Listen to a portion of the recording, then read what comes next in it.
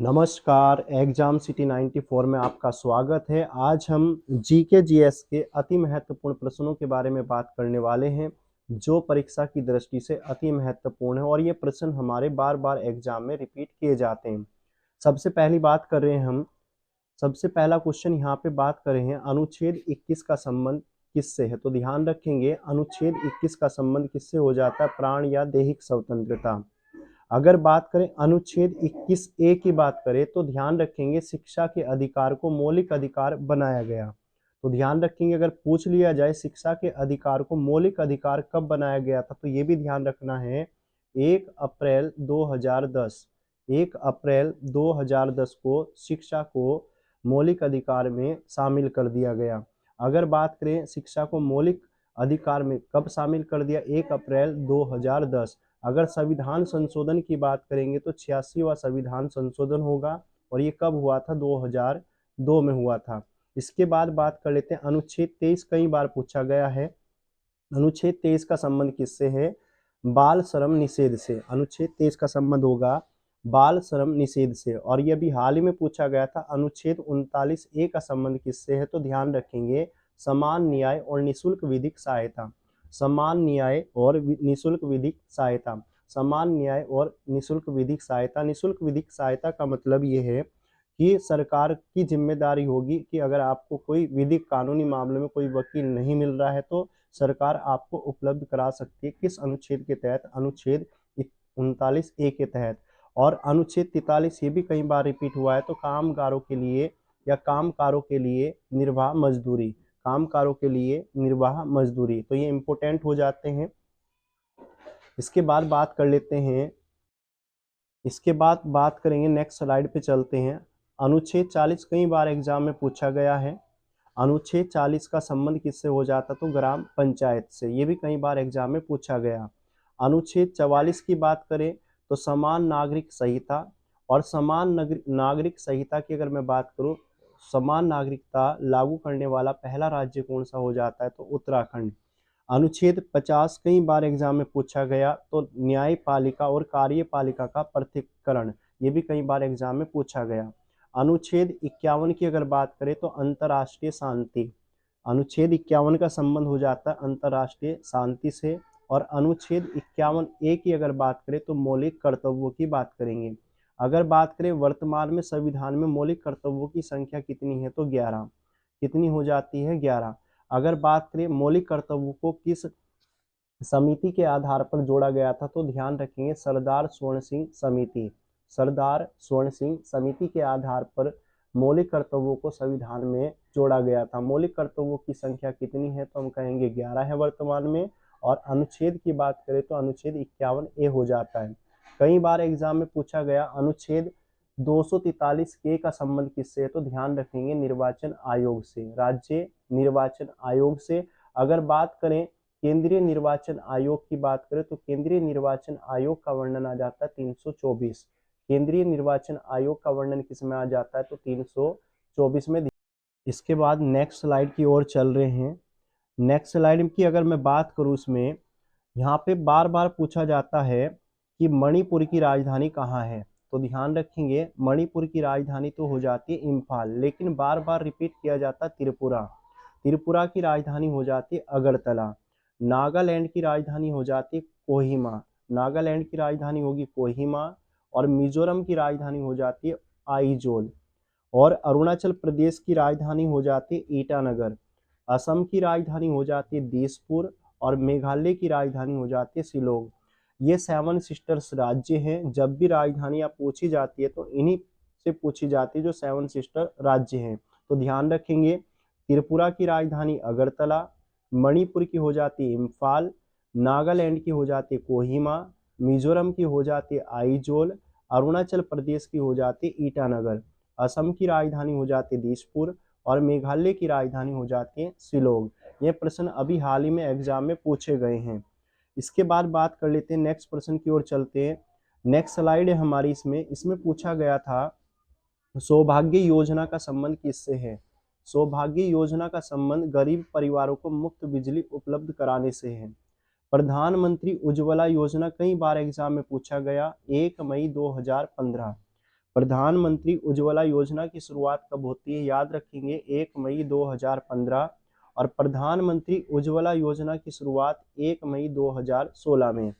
अगर प्रधानमंत्री उज्ज्वला योजना का संबंध किससे है तो बीपीएल परिवारों को एलपीजी कनेक्शन मुफ्त देना, इसका संबंध हो जाता है।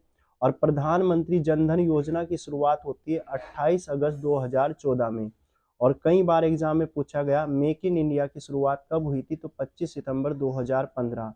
तो ध्यान रखेंगे ये अभी हाल ही में पेपर में पूछा गया क्वेश्चन है। सौभाग्य योजना का संबंध किससे तो गरीब परिवारों को मुफ्त बिजली उपलब्ध कराना। प्रधानमंत्री उज्ज्वला योजना की शुरुआत 1 मई 2015। प्रधानमंत्री उजाला की अगर बात करें, उजाला की बात करें तो 1 मई 2015। और उज्ज्वला की अगर बात करें तो 1 मई 2016। उद्देश्य क्या था उज्ज्वला का? बीपीएल परिवारों को एलपीजी कनेक्शन मुफ्त देना। और अगर बात करें प्रधानमंत्री जनधन योजना की शुरुआत 28 अगस्त 2014 में होगी। और मेक इन इंडिया की शुरुआत कब होगी तो ध्यान रखेंगे 25 सितंबर 2015। नेक्स्ट स्लाइड की ओर चल रहे हैं। ये क्वेश्चन भी बार बार रिपीट होता है कि बेटी बचाओ बेटी पढ़ाओ, बेटी बचाओ बेटी पढ़ाओ योजना की शुरुआत कब होती है तो 22 जनवरी 2015। वन रैंक वन पेंशन की शुरुआत कब होगी? 7 नवंबर 2015। अगर बात करें स्टार्टअप योजना, स्टार्टअप इंडिया की शुरुआत कब हो जाती है? 16 जनवरी 2016 में, 16 जनवरी 2016। और ये अभी हाल ही में पूछा गया था डिजिटल इंडिया कार्यक्रम की शुरुआत होगी 1 मई 2015 में। अटल पेंशन योजना की शुरुआत होगी 9 मई 2015 में। और आत्मनिर्भर भारत अभियान की शुरुआत होगी, आत्मनिर्भर भारत के अभियान की शुरुआत होगी तो ध्यान रखेंगे 12 मई 2020। तो ध्यान रखेंगे अगर पूछ ले कि बेटी बचाओ बेटी पढ़ाओ की शुरुआत 22 जनवरी 2015, वन रैंक वन पेंशन 7 नवंबर 2015, स्टार्टअप इंडिया की अगर बात करें तो 16 जनवरी 2016 में। और डिजिटल इंडिया कार्यक्रम की शुरुआत होती है 1 मई 2015। अटल पेंशन योजना की शुरुआत 9 मई 2015। आत्मनिर्भर भारत अभियान, आत्मनिर्भर भारत अभियान की शुरुआत होगी 12 मई 2020 में। इसके बाद नेक्स्ट स्लाइड की ओर चल रहे हैं। नेक्स्ट तो बात कर रहे हैं लॉर्ड रिपन। लॉर्ड रिपन को भारत का उद्धारक किसने कहा था?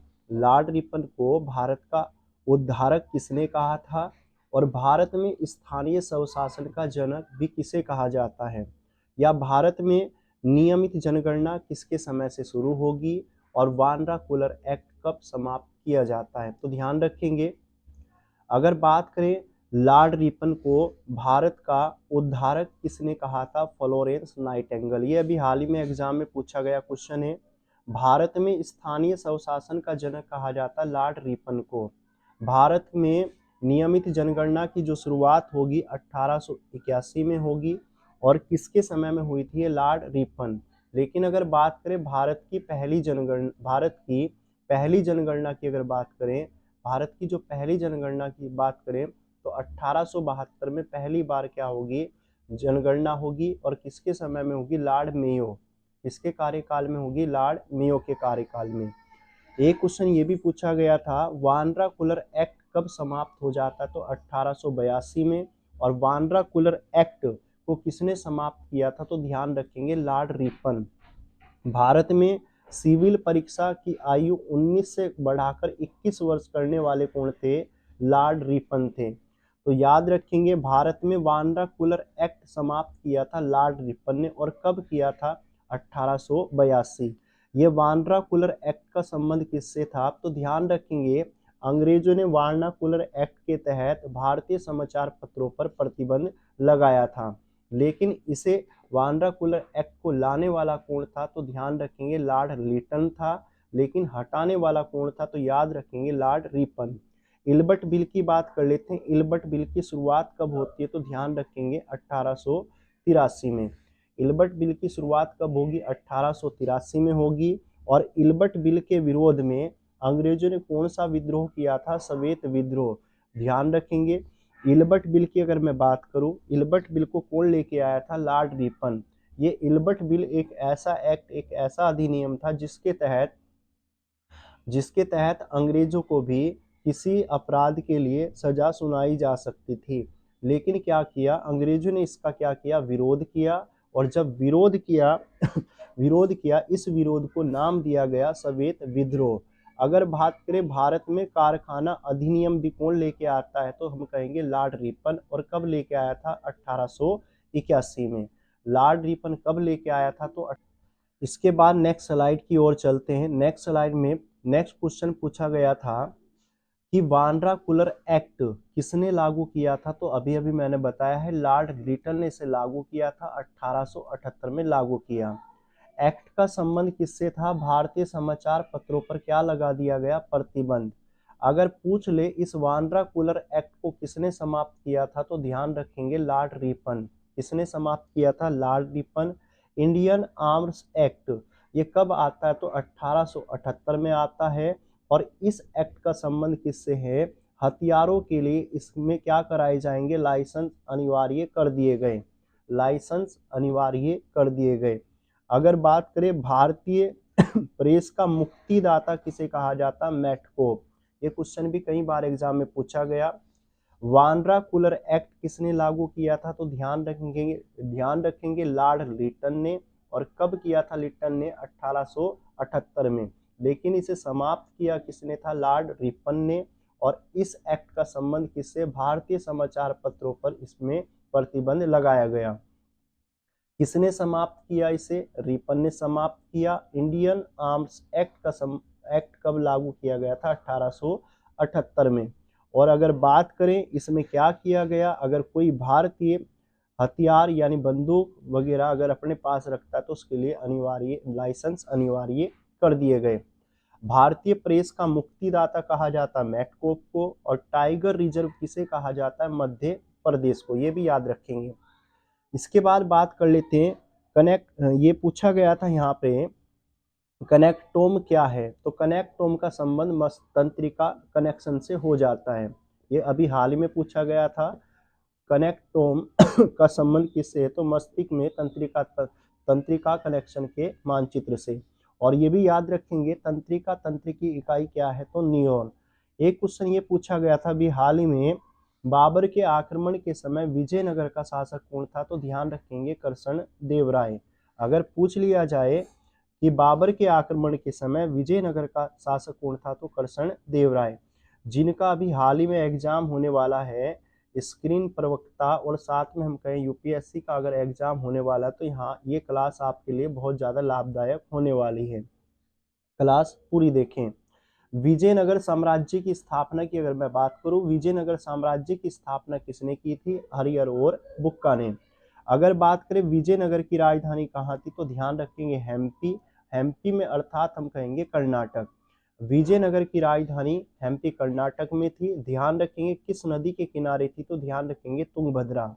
विजयनगर की राजकीय भाषा, ये क्वेश्चन कई बार एग्जाम में पूछा गया, विजयनगर की राजकीय भाषा क्या थी, तेलुगु। तो कनेक्टोम का संबंध किससे हो जाता, तो हम कहेंगे तंत्रिका कनेक्शन से हो जाता है। तंत्रिका तंत्र की इकाई हो जाती है न्यूरॉन।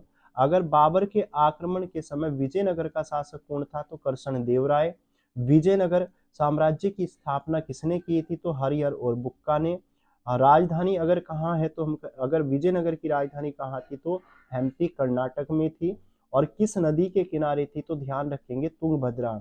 विजयनगर की राजकीय भाषा क्या थी, तो हम कहेंगे तेलुगु। विजयनगर की राजकीय भाषा क्या थी, तो ध्यान। इसके बाद नेक्स्ट स्लाइड पे चलते हैं। नेक्स्ट स्लाइड की अगर बात करें हम, यहाँ पे क्वेश्चन पूछा जाता है बार बार कि विजयनगर का पहला वंश कौन सा था। विजयनगर पर पहला वंश कौन सा था, तो ध्यान रखेंगे संगम। विजयनगर पर पहला वंश कौन सा था, संगम। एक क्वेश्चन ये भी पूछा जाता है विजयनगर में कितने राजवंशों ने राज किया, तो ध्यान रखेंगे 4। कितने राजवंशों ने राज किया था, 4।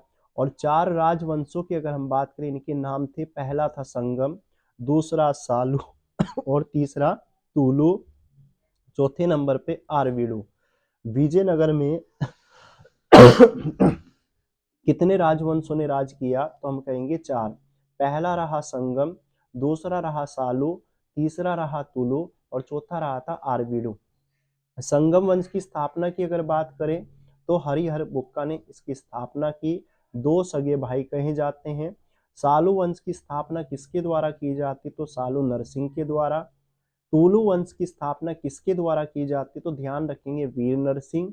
और आरवीडु वंश की स्थापना किसके द्वारा की जाती, तिरुमल। यहाँ से आरवीडु वंश के बारे में बार बार क्वेश्चन पूछा जाता है। और ध्यान रखेंगे संगम वंश के बारे में भी बार बार क्वेश्चन पूछा जाता है। इसके बाद अगर आपको हमारी क्लास अच्छी लग रही है, अगर कहीं क्लास में कोई क्वेश्चन गलत हो जाए तो आप हमें कमेंट करके जरूर बताएं। अगर आपको क्लास अच्छी लग रही है तो क्लास को ज़्यादा से ज़्यादा शेयर करें, और नेक्स्ट क्लास अगर आपको चाहिए तो उसके लिए भी आप कमेंट करें। आपका एक कमेंट हमारे लिए मोटिवेशन का काम करता है। इसके बाद बात कर लेते हैं इटली का यात्री जिसका नाम था निकोलो कोंटी। निकोलो कोंटी किसके दरबार में भारत आया था, तो ध्यान रखेंगे देवराय। अगर पूछ ले निकोलो कोंटी इटली यात्री निकोलो कोंटी किसके समय आया था, तो हम कहेंगे देवराय प्रथम। अब्दुल रज्जाक की बात करें तो देवराय द्वितीय। कई बार पूछा गया इटली यात्री जिसका नाम क्या था, निकोलो कोंटिन, ये किसके समय आया था, देवराय प्रथम। अब्दुल रज्जाक की अगर मैं बात करूं, अब्दुल रज्जाक किसके समय आया था, देवराय द्वितीय। और चीनी यात्री जिसे कहा जाता फयान, ये किसके समय आया था, चंद्रगुप्त द्वितीय के। इब्न बतूता की बात करें तो इब्न बतूता किसके समय आया था, मोहम्मद बिन तुगलक। और इसके बाद अगर बात करें डोमिंग पयास, डोमिंग पयास किसके समय आया था, करसन देवराय। और हवेन सांग की अगर बात करूं तो हर्षवर्धन। तो ध्यान रखेंगे भाई तबीयत खराब हो रही है बच्चों, तो कोऑपरेट करना जरा। इटली की अगर बात करें, इटली यात्री जिसका नाम था निकोलो कोंटिन, ये किसके समय आया था, तो देवराय प्रथम। अब्दुल रज्जाक की बात करें तो देवराय द्वितीय के समय आया। फयान की बात करें तो चंद्रगुप्त द्वितीय के समय आया था। इब्न बतूता की अगर मैं बात करूं, मोहम्मद बिन तुगलक। और डोमिंग पयास किसके समय आया था, करसन देवराय के। हवेन सांग की अगर बात करें तो हर्षवर्धन के समय। इसके बाद नेक्स्ट स्लाइड की ओर चल रहे हैं। यहाँ पे क्वेश्चन ये पूछा गया था कि स्वराज पार्टी की स्थापना कब की जाती है, तो ध्यान रखेंगे स्वराज पार्टी की स्थापना कब की जाती, तो ध्यान रखेंगे 1923 में। अगर स्वराज पार्टी की स्थापना 1923 में होती है तो ये स्थापना किसके द्वारा की जाती है, मोतीलाल नेहरू और चित्तरंजन दास के द्वारा। एक क्वेश्चन ये भी एग्जाम में पूछा जाता है बहुत ज्यादा, कौन सा रसायन हिमालय यू ट्री से निकाला जाता है, तो ध्यान रखेंगे टैक्सोल। कौन सा रसायन हिमालय यू ट्री से निकाला जाता है, तो ध्यान रखेंगे टैक्सोल। और टैक्सोल का उपयोग किस उपचार में किया जाता है, कैंसर उपचार में किया जाता है। आपको कमेंट करके बताना है कि कैंसर के अध्ययन को क्या कहा जाता है कैंसर के अध्ययन को क्या कहा जाता है। इसके बाद अगर बात करें अष्ट दिग्गज किसके दरबार में थे, तो ध्यान रखेंगे करसन देव राय के दरबार में अष्ट दिग्गज थे। अष्ट प्रधान की बात करें तो अष्ट प्रधान किसके दरबार में थे, हम कहेंगे शिवाजी। अष्टछाप संगठन किसने तैयार किया था, वल्लभाचार्य के पुत्र अर्थात विठल नाथ ने। तो यहाँ पे ध्यान रखेंगे स्वराज पार्टी की स्थापना 1923 में हुई और किसने की थी, मोतीलाल नेहरू और चित्तरंजन दास। कौन सा रसायन है जो हिमालय यू ट्री से निकाला जाता है, तो टैक्सोल। टैक्सोल का उपयोग किस उपचार में किया जाता है, कैंसर। और अष्ट दिग्गज किसके दरबार में कहे जाते हैं, तो करसन देव राय। अगर बात करें अष्ट प्रधान किसके दरबार में थे, तो ध्यान रखेंगे शिवाजी। और अष्ट छाप संगठन तैयार किया था विठल नाथ ने। अष्ट छाप संगठन किसने तैयार किया था, तो इसके बाद नेक्स्ट स्लाइड की ओर चल रहे हैं। अगर बात करें हम भारत के अंदर राष्ट्रीय संग्रहालय कहाँ है, तो ध्यान रखेंगे अगर भारत के अंदर राष्ट्रीय संग्रहालय की बात करें तो भारत के अंदर राष्ट्रीय संग्रहालय कहाँ पर है, तो दिल्ली में। कई बार पूछा गया और पेपर में भी हाल ही में भी पूछा गया है। नीली क्रांति का संबंध किससे है, तो ध्यान रखेंगे मत्स्य यानी मछली पालन से हो जाता है। श्वेत क्रांति का संबंध हो जाता दूध उत्पादन से। पीली क्रांति का संबंध हो जाता तिलहन फसलों से। और भूरी क्रांति का संबंध हो जाता उर्वरक से। किससे हो जाता है, उर्वरक से। और लाल क्रांति का संबंध हो जाता है टमाटर या मांस से। अगर बात करें हरित क्रांति, आपको कमेंट करके बताना है हरित क्रांति का संबंध किससे है। और साथ में रजत क्रांति का संबंध किससे, आपको ये भी कमेंट करके बताना है। और गोल क्रांति का संबंध किससे, आपको ये भी बताना है। और साथ में अगर बात करें गुलाबी क्रांति का संबंध किससे, तो ध्यान रखेंगे आपको कमेंट करके बताना है। तो ध्यान रखेंगे हरित क्रांति की अगर मैं बात करूं तो किससे हो जाता, तो ध्यान रखेंगे कृषि से। अगर बात करें रजत क्रांति का संबंध किससे हो जाता, अंडों से। अगर गोल क्रांति का संबंध की बात करें तो मैं कहूंगा आलू से। और गुलाबी की अगर बात करें तो झींगा मछली पालन से। किससे हो जाता, झींगा मछली पालन से। ये इंपॉर्टेंट है, बार बार एग्जाम में पूछे जाते हैं। इसके बाद अभी हाल ही में प्रश्न पूछा गया था, बलकस झील किस देश में देखने को मिलेगी, तो ध्यान रखेंगे कजाकिस्तान में। बलकस झील कहाँ से है, तो कजाकिस्तान में। और विश्व की अगर बात करें सबसे गहरी झील कौन सी है, तो बेकाल झील। और बेकाल झील की अगर मैं बात करूं, बेकाल झील कहाँ से है, तो रूस के साइबेरिया क्षेत्र में आती है। साइबेरिया का मोती कहा जाता है बेकाल झील को। तो ध्यान रखेंगे बलकस झील कहाँ सी है, तो कजाकिस्तान में है। अगर विश्व की सबसे गहरी झील कौन सी है, तो बेकाल झील है। और बेकाल झील कहाँ सी है, तो रूस में है और साइबेरिया क्षेत्र में है। साइबेरिया का मोती कहा जाता है बेकाल झील को। और विश्व की खारे पानी की सबसे बड़ी झील कौन सी है, तो कैस्पियन सागर। खारे पानी की सबसे बड़ी झील कौन सी है, कैस्पियन सागर। और विश्व की सबसे लवणीय झील कही जाती है वान झील। विश्व की सबसे लवणीय झील कौन सी है, तो वान झील। और वान झील कहाँ पर देखने को मिलेगी, तो ध्यान रखेंगे तुर्की। आपको वान झील में लवणता का परसेंटेज बताना है, कितना होगा बताइए जरा। तुर्की की वान झील में कितने परसेंट लवणता पाई जाती है, बताएं जरा, इसका आंसर क्या होगा। तो ध्यान रखेंगे तुर्की की वाल झील में कितने परसेंट लवणता पाई जाती है, तो 330% इसमें लवणता पाई जाती है। इसके बाद बात कर लेते हैं नीति आयोग के बारे में, प्रश्न पूछा गया था। नीति आयोग की अगर मैं बात करूं, नीति आयोग के वर्तमान उपाध्यक्ष कौन है, तो ध्यान रखेंगे 2025 के तहत तो हम कहेंगे सुमन बेरी हैं। नीति आयोग की अगर स्थापना की बात करें तो नीति आयोग की स्थापना कब होती है, 1 जनवरी 2015। ये क्वेश्चन भी कई बार पूछा गया, नीति आयोग का पहला नाम क्या था, तो ध्यान रखेंगे योजना आयोग। नीति आयोग का पहला नाम क्या था, योजना आयोग। आपको कमेंट करके बताना है योजना आयोग की स्थापना कब हुई थी। और नीति आयोग का पूरा नाम की अगर मैं बात करूं, national institution for transforming India. NITI Aayog कैसी संस्था कही जाती है, गैर संवैधानिक। संविधान में इसका कोई जिक्र नहीं है। अगर बात करें नीति आयोग के अध्यक्ष कौन होते, तो हम बात करेंगे प्रधानमंत्री जी की। और वर्तमान में अगर बात करें, वर्तमान में नीति आयोग के पहले अध्यक्ष या नीति आयोग के पहले अध्यक्ष कौन थे, तो हम कौन है, तो हम कहेंगे नरेंद्र मोदी जी। वर्तमान में भी यही है। अगर प्रथम उपाध्यक्ष की बात करें तो हम कौन कहेंगे, तो इनके नीति आयोग के पहले उपाध्यक्ष कौन थे, तो अरविंद पनगड़िया। अरविंद पनगड़िया। और वर्तमान में उपाध्यक्ष कौन है, तो सुमन बेरी। और ये क्वेश्चन अभी हाल ही में पेपर में पूछा गया है। इसके बाद बात कर लेते हैं, ये क्वेश्चन भी हाल ही में पेपर में आया हुआ था, धम्म महामात्र पद की स्थापना किसके द्वारा की जाती है। धम्म महामात्र पद की स्थापना किसके द्वारा की जाती है, तो ध्यान रखेंगे अशोक के द्वारा धम्म महामात्र पद की स्थापना की जाती है। और ये भी ध्यान रखना है हमने, अशोक किस वंश का शासक था, तो ध्यान रखेंगे मौर्य वंश का। अशोक किस वंश का शासक था, मौर्य वंश का। आपको कमेंट करके बताना है मौर्य वंश की स्थापना किसके द्वारा की जाती है। अगर बात करें यहाँ पे तीसरी बौद्ध सभा देखने को मिल जाती है, तो किसके समय होगी, तो अशोक के समय में। अगर मौर्य वंश का अंतिम शासक की मैं बात करूं, तो मौर्य वंश का अंतिम शासक कौन था, तो वृहदत्त मौर्य था। और यहाँ पे क्वेश्चन कई बार एग्जाम में पूछा गया, सेंड्रोकोटर्स के नाम से किसे जाना जाता है, तो सेंड्रोकोटर्स के नाम से जाना जाता है चंद्रगुप्त मौर्य। अमित्र घात के नाम से जाना जाता है, तो ध्यान रखेंगे बिंदुसार। अमित्र घात के नाम से किसे जाना जाता है, तो ध्यान रखेंगे बिंदुसार। और देव नाम प्रियदर्शी के नाम से जाना जाता है, तो अशोक को। अगर आपको हमारी इन पीडीएफ अगर आपको हमारी ये पीडीएफ चाहिए जो हम यहाँ पे पढ़ा रहे हैं, कंटिन्यू पीडीएफ चाहिए, तो आप जो स्क्रीन पे नंबर चल रहा है आप इस पर कॉन्टैक्ट करके इन पीडीएफ को परचेज कर सकते हैं। बहुत ही कम दाम में हम आपको उपलब्ध कराने वाले हैं।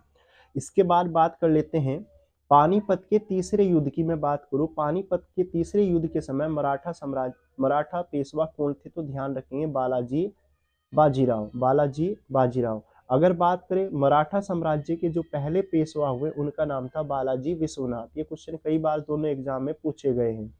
और ध्यान रखेंगे अब जो आयोग है वो ज्यादातर टारगेट कर रहा है मराठा साम्राज्य को, तो मराठा साम्राज्य को अच्छे से आपको कवर कर लेना चाहिए। दूसरे पेशवा की अगर मैं बात करूं, दूसरे पेशवा कौन थे? बालाजी बाजीराव थे। और पहले की बात करें तो पहले कौन थे? बालाजी विश्वनाथ। लेकिन यहाँ पे क्वेश्चन ये पूछा गया था कि पानीपत के तीसरे युद्ध के समय मराठा पेशवा कौन थे? तो बालाजी बाजीराव पहले पेशवा, सॉरी मराठा जिस समय तीसरा युद्ध हुआ उस समय क्या थे? पेशवा थे। पानीपत के प्रथम युद्ध की बात कर लेते। पानीपत का पहला युद्ध कब हुआ था? तो 1526 में हुआ। और पानीपत का युद्ध किसके बीच हुआ था? बाबर और इब्राहिम लोदी। पानीपत का अगर बात करें, पानीपत का प्रथम युद्ध किसके बीच हुआ था? तो बाबर और इब्राहिम लोदी। और एक क्वेश्चन ये भी पूछा जाता है, पानी युद्ध के मैदान में मरने वाला पहला शासक कौन था? तो हम कहेंगे इब्राहिम लोदी था। अगर बात करें, यहाँ पे क्वेश्चन और पूछा जाता है कि लोधी वंश की स्थापना किसके द्वारा की जाती है? तो आपको कमेंट करके बताना है लोधी वंश की स्थापना किसके द्वारा की जाती है। तो ध्यान रखेंगे लोधी वंश की स्थापना किसके द्वारा की जाती है, आपको कमेंट करके बताना। आपके लिए मैंने क्वेश्चन चैलेंज के तौर पे दे दिया है। बाबर ने कलंदर की उपाधि किस युद्ध में धारण की थी? तो ध्यान रखेंगे पानीपत के पहले युद्ध में बाबर ने कलंदर की उपाधि धारण की थी। इसके बाद अगर बात करें, बाबर ने जिहाद का नारा, बाबर ने जिहाद का नारा किस युद्ध में दिया था?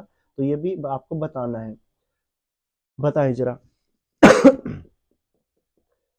तो ध्यान रखेंगे बाबर ने जिहाद का नारा किस युद्ध में दिया था? तो ध्यान रखेंगे खानवा के युद्ध में दिया था।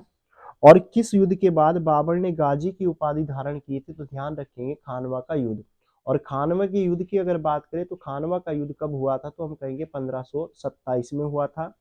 और ये खानवा का युद्ध किस किस के बीच हुआ था? बाबर और राणा सांगा, बाबर और राणा सांगा। तुजक ए बाबरी, तुजक ए बाबरी के लेखक कौन हो जाते? तो ध्यान रखेंगे स्वयं बाबर हैं। और अगर बात करें यहाँ पे ये तुजक ए बाबरी क्या है? तो बाबर की आत्मकथा है। इस तुजक ए बाबरी का फारसी में अनुवाद किसके द्वारा करवाया जाता? तो अकबर के द्वारा ये अनुवाद कराया जाता। लेकिन अनुवाद किसने किया था? तो ध्यान रखेंगे अब्दुल रहीम खान ए खाना, अब्दुल रहीम खान ए खाना। तो बाबर ने जिहाद का नारा किस युद्ध में दिया? खानवा के युद्ध में दिया था। अगर पूछ लिया जाए किस युद्ध में बाबर ने गाजी की उपाधि धारण की थी? तो खानवा के युद्ध में।